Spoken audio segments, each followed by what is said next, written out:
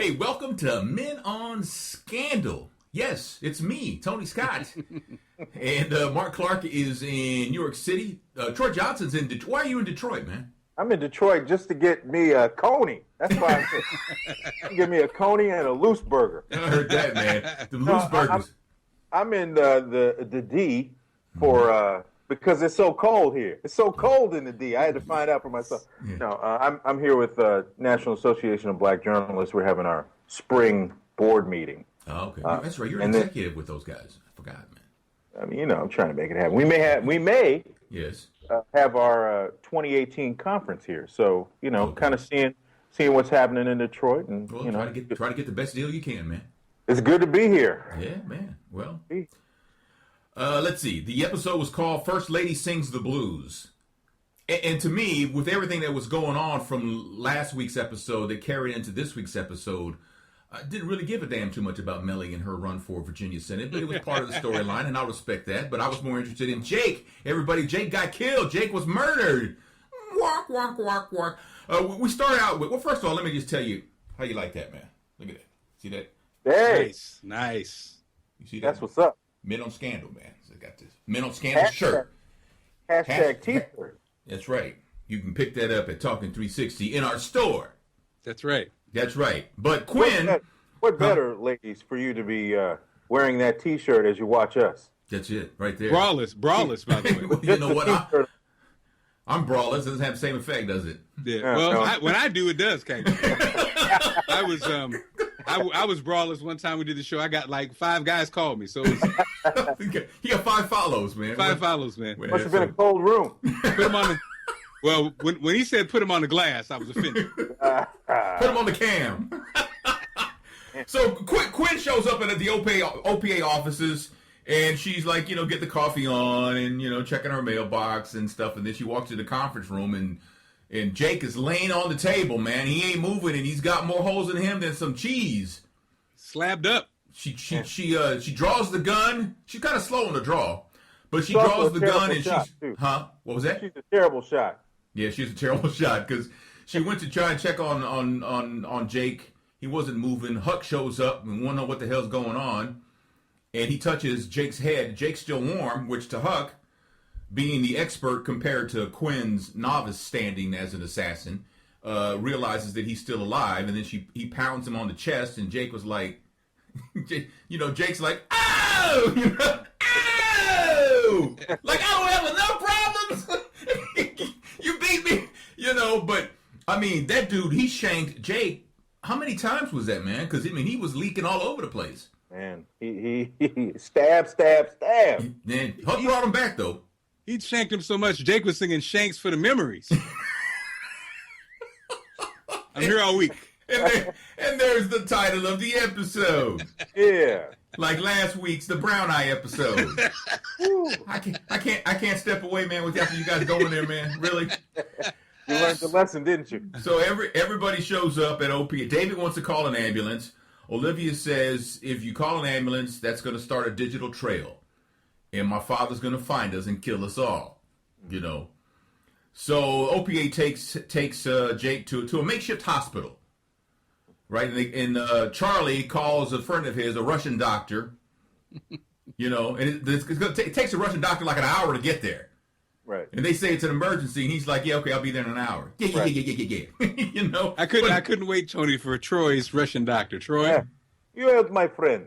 I help your friend. Yes. So while all this is going on, and it takes a woman to point this out. My wife says, Olivia, just put her coach bag down on that bloody table. Yes. I'm like... Really? Go ahead, Joshana. Really? This is what you see. Chaos. A man leaking blood like a 58 Chevy would leak oil. And you notice her purse sitting on a bloody table. Okay, fine. It's all about the bag, man. It's always about the bag.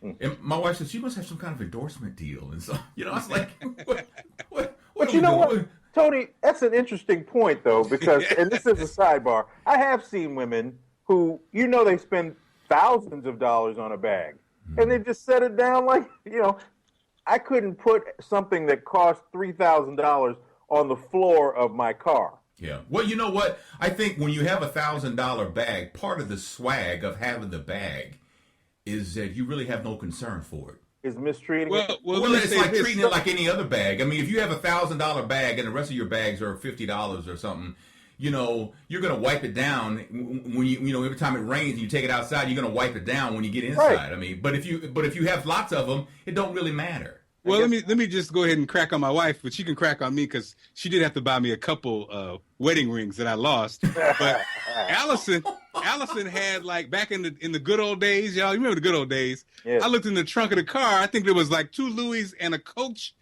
in the trunk, just underneath some stuff. They were just, you know.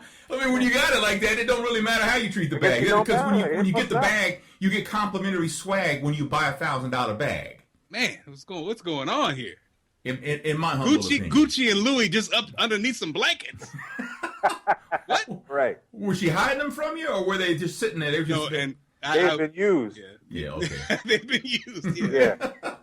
That's how you get a new one. You put it next to the de-icer in your trunk, which naturally is going to mess it up, so you can get a new bag. A new bag. Well, there you go. Ladies, exactly. We done found you out. I mean, this camera that I record on and stuff, it's never left this room. Thank you, right? Tony. Exactly. I mean, that's just the practicality of a man who wants to take care of his stuff, right? I don't have camera swag. So the funny part is, Tony has also never left the room. That's right. That's right. That's exactly right. So, hey, Mellie hits the campaign trail. Yes. She hits the road. And we're seeing a shot of Mellie, and then the pullback is we're watching it via Sally's TV show. Mm-hmm. And Sally begins her commentary on her show, doing Betty right. Well. What have we here? You know? But Sally does make a point, though. And it became, you know, the main point of that plot line is it right for the First Lady to run for Senate? Of, you know, because First Lady, though it's not a paid gig, right, there are duties involved. You had one job to do. Yeah, that's it. I mean, apparently it's legal to do, as we'll find out. But I thought Sally made a valid point, though. I have to give her that you know, you can't be the First Lady and also be a senator. I mean, it's conflict of interest like no other, which eventually will turn into their favor. We'll talk about that too. But it's just you have duties already. But like you said, duties. You know, times are changing. Duties, I don't know. You know, does it feel like Michelle Obama can do her duties like on Saturday between 10 and noon, no, and then have no, you know, do everything else? I think so. No, man, you know, come on, man. I mean, if you're a resident of Virginia, do you want a part-time senator? No, you want somebody who's looking out for the state all the time. Oh, you mean because her other job is the First Lady? Yeah. I don't know. They both jobs could be done, I believe. By one person. Well, they ain't doing nothing. Okay, let me put it that way. I think the First Lady actually does more than the Vice Presidents do. I agree with that. Yeah. Well, when you say do, Nancy Reagan famously said that you know, y'all got a free employee for 8 years. Yeah. Well, Nancy Reagan's husband was suffering from dementia. He didn't know who he was. So yes, she had a tough job. She was actually the president, which Scandal took that storyline. Remember that old lady who basically ran the country? So that was like, you know. So back to Jake, man. Like I said, it took the doctor an hour to get to Jake, the Russian doctor, and the doctor wants payment, but he don't want money. No. He wants, what does he want, Troy? You help my friend, I help your friend. His friend is Mary, a.k.a. Black Sable, who I thought was a rapper. Wasn't she on Def Jam like in the 80s? Shortly. Wow, you know, Black Sable in the building. Black Sable and Black Rob had a single. You know what I'm saying? It was a collabo. She grew up, she says, Russian poor. Not American poor, Russian poor. Her little brother died because they didn't have enough food to go around. Yeah. That's Russian poor.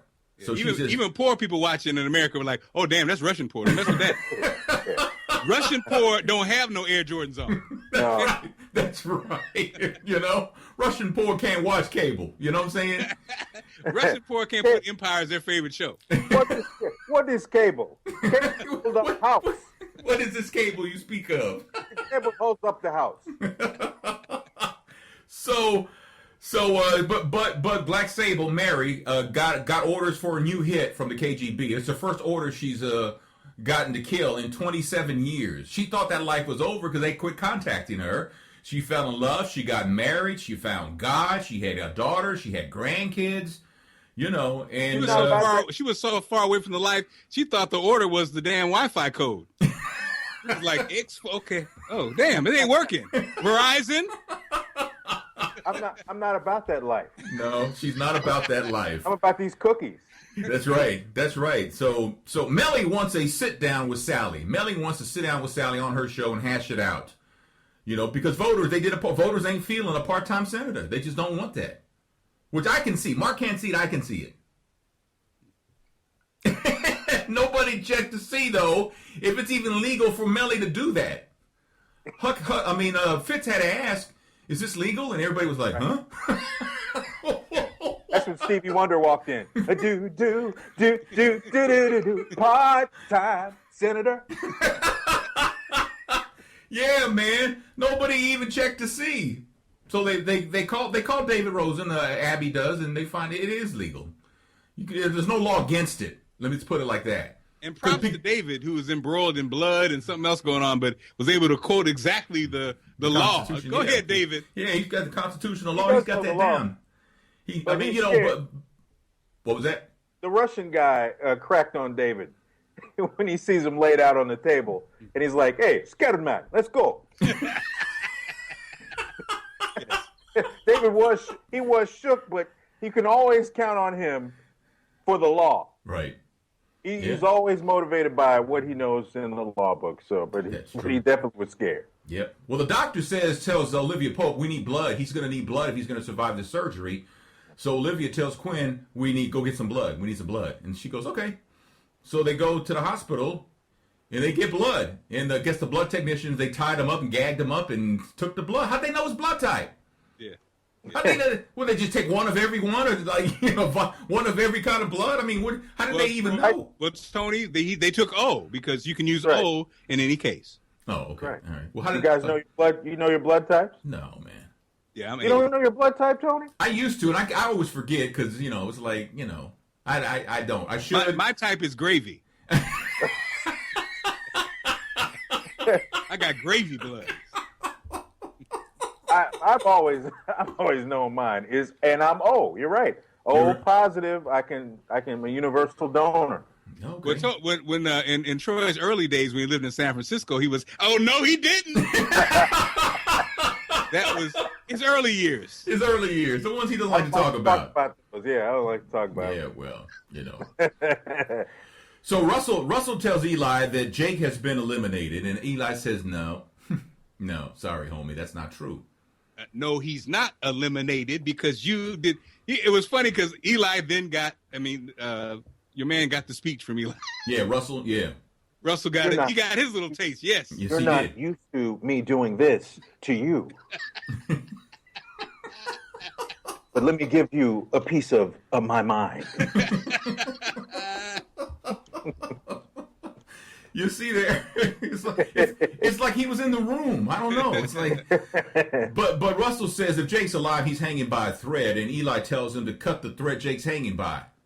That's what you need to do. So Russell calls Olivia, says, I want to see you. She says no. No, she says no. I don't want to see you.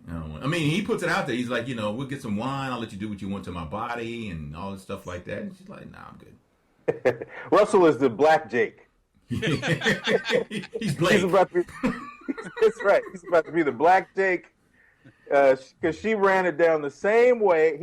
He approached her the same way Jake would, and she gave him the same business that he normally gets. Right. Yeah.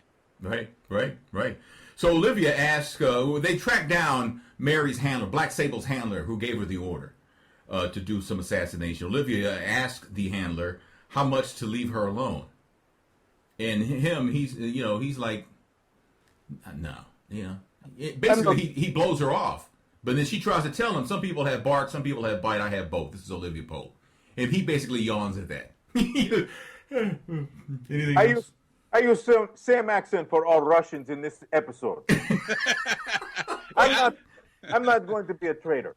I sound like I sounded like the doctor from the earlier scene, but We're on a budget. I like Olivia thought that phrase was going to mean something, and I love it when that happens because I ain't listening to you. Right. Yeah. I have bark and bite. Yeah. Yeah. First of all, don't ever say that to a killer ever again, because you get killed. Yeah. I also grew up Russian poor. Bark and bite mean we have dog for dinner. Oh man! So Olivia goes back and tells Mary, Black Sable, that dude cannot be bought. He's too loyal to the KGB. It can't happen. And you know what? Shout out to my man. He played an Italian on Boardwalk Empire. Go ahead, player. Russian, Italian. I can do it all. He can do it all. Brother need work.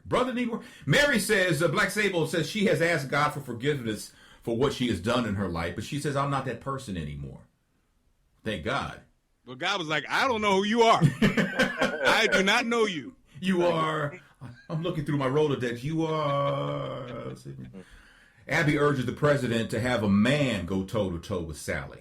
Because most Americans, like I said, think that it's inappropriate for a first lady to run for Senate. They've done some instant data, and they found out that is the case. And the president says, well, I can't do it. And then they look at Cyrus. And he's like, huh? So what was that again? What? In another scene, Russell tells Eli that Olivia won't bite. Eli shoots him in the arm and then goes back to drinking his Hennessy. Dang. That was like, he like, bleep. Yes. Maybe this will work. Mm-hmm. Wow. So, the question immediately became, why did he shoot Russell? Well, he shot Russell because that's going to cause him to call Olivia saying, I've been wounded, take me underground like you took Jake. And it worked. Yeah. It worked. Cyrus doesn't want to go on Sally's show. And Fitz says, you will go on Sally's show. You will defend Mellie's right to run for the Senate. And you will get on board. So Cyrus goes on the show and he mopped the floor with Sally, I thought. Yes, he did. I mean, I thought that he handled her. And then when he brought up her husband, that was kind of like a hint, like, pipe down, honey. because you're one tick away from me telling the world what you did. That's right. And Tony, to your point, to his point, so yeah, Bill Clinton is now the first husband. We expect him to not have any other job? I doubt that. Well, no, it's not any other job. It's the Senate. Okay. Touche, my brother. Touche. Well, I mean, but, Touche, my brother. Touche. I mean, that's what it is. I mean, Bill Clinton. I mean, once you're president, though, Mark, I'm like President Obama. This is the last job he'll ever have in his life. Well, if I'm Bill Clinton, I'm good at jobs.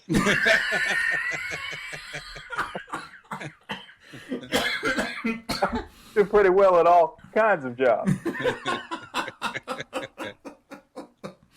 Oh, man. Olivia finds out that Russell was shot. She goes to see him in the hospital.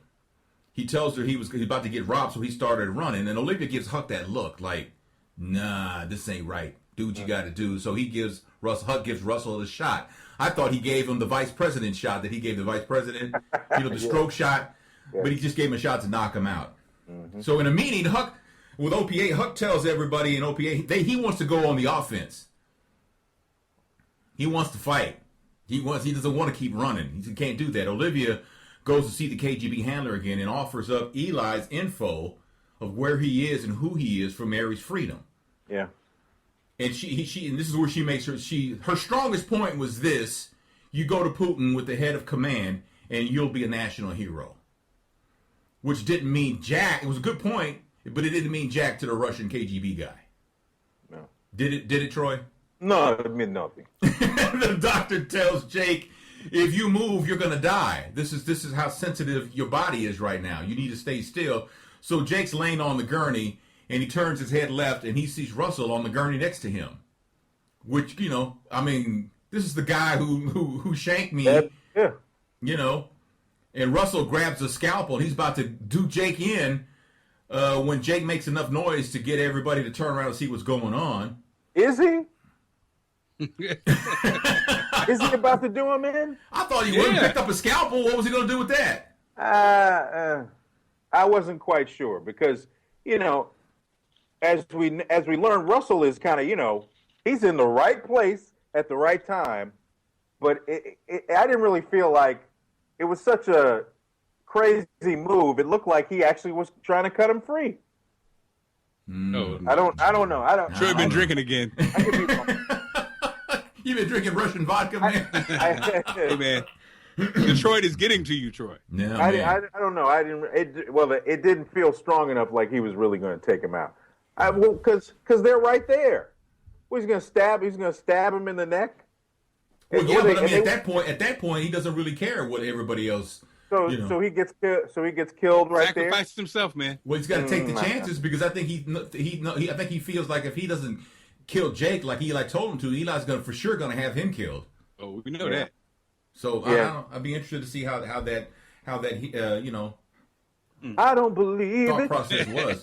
Olivia tells everybody that she gave the KGB dude the info to take Eli out, and Russell's actually overhearing all this information. Yes. Right.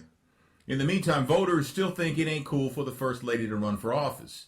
The president's approval rating's down 5 points. Elizabeth wants to leak it that their marriage is over and they're actually living separate lives. So that would kind of like make her like a single mom needing a job, not so much the first lady. Mellie doesn't want to do that because I think she says, well, me and Fitz are pretty much on the same page right now. I don't want to mess that up. I think that's her thinking. That was a bad idea. Was a bad idea, man? Yeah. Fitz liked it.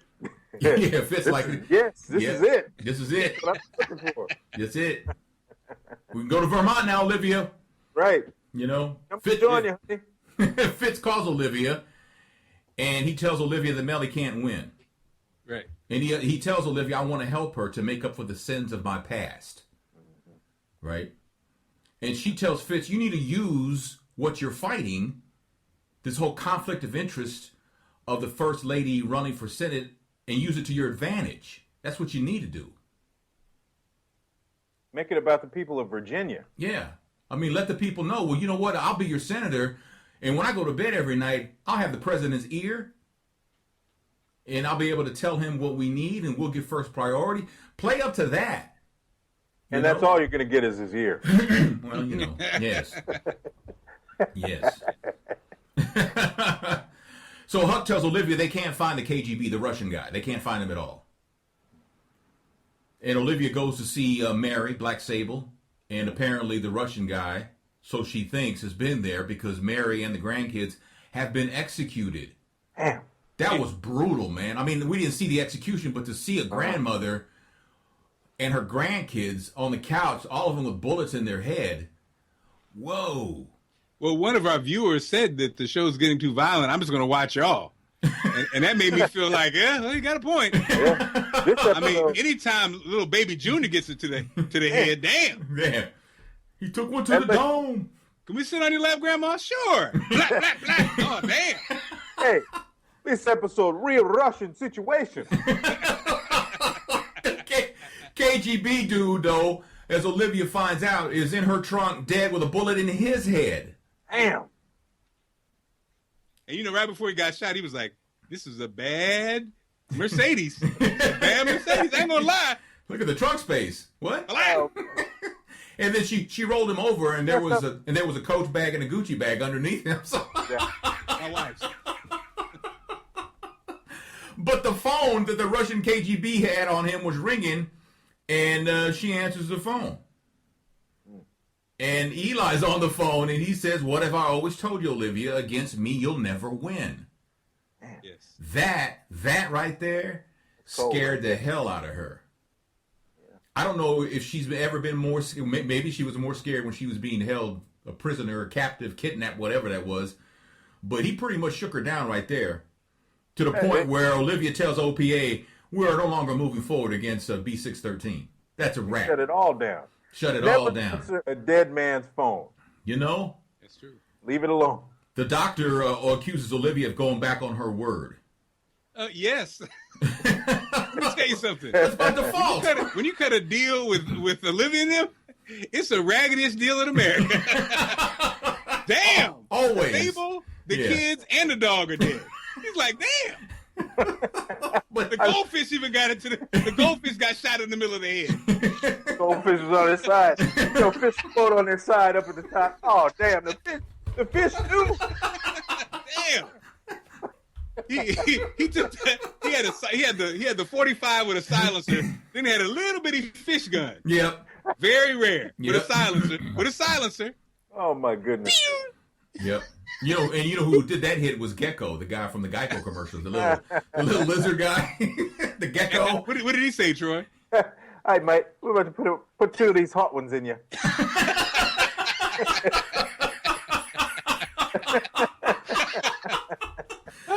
Oh man, David wants to keep pushing the B613 thing. He doesn't want to back down. We have a grand jury scheduled for later today.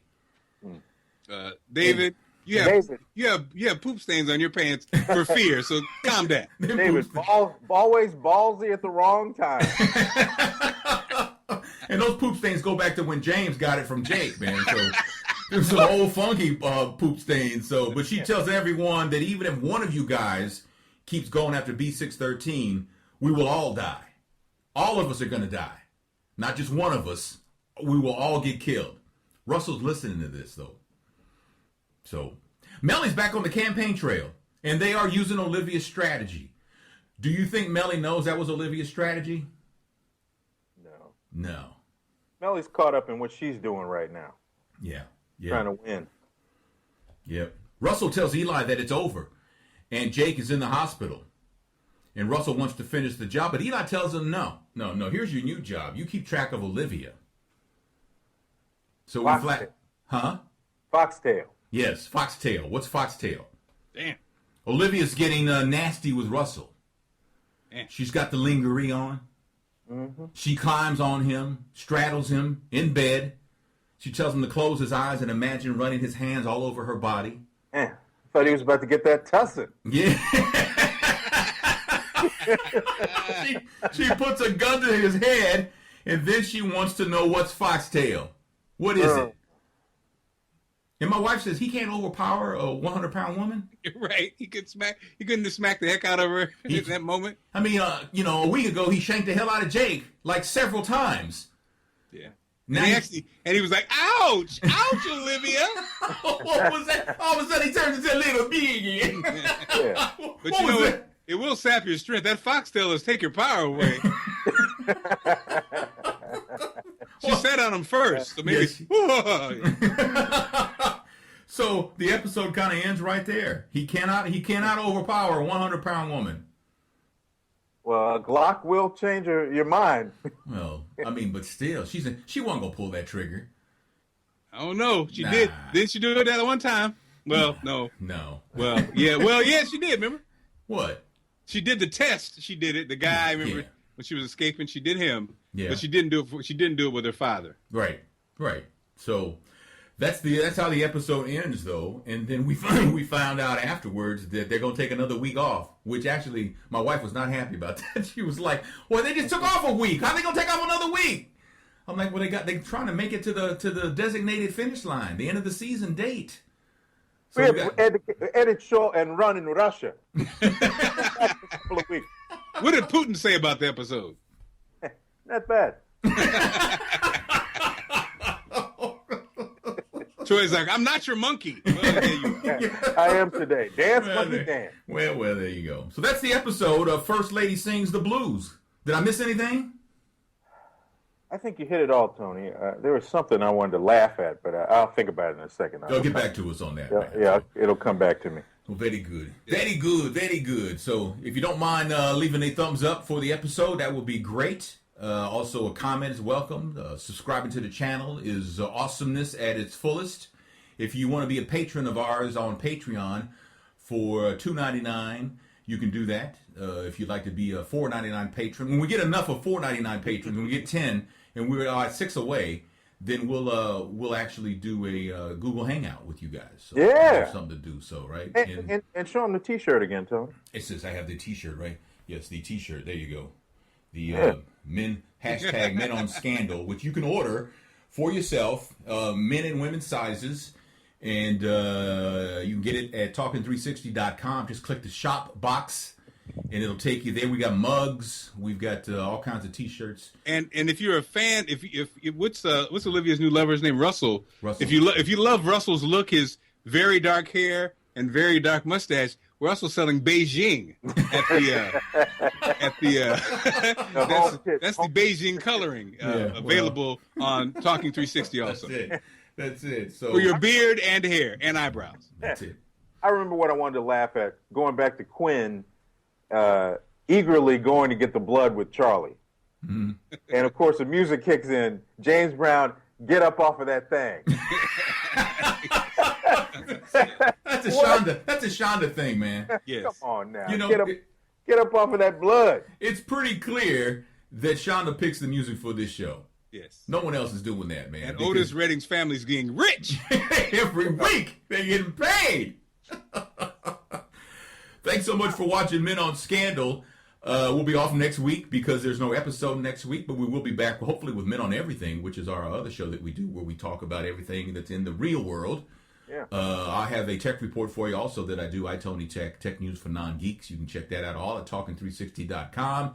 Tony, by the way, that's excellent. You're excellent, man. You've turned that into quite one of my mainstays, man. Very good. Well, I appreciate that, man. If only I get more. If I get more views, you will, my brother. Just claim them. I'm claiming everything right now, man. That's right. Claim it. I'm claiming everything, but that letter the mortgage company sent me. I'm not claiming that. You don't claim that. I don't want to do that. So you don't claim that. No, I'm not claiming that one though. So in Detroit, Michigan, that's Troy Johnson. And getting ready to go back to his executive duties with the what's it called? The National Black Journal Association? National Association of Black Journalists. Oh, okay. I got it backwards, man. I'm sorry. So Mark Clark is in the largest city in the world.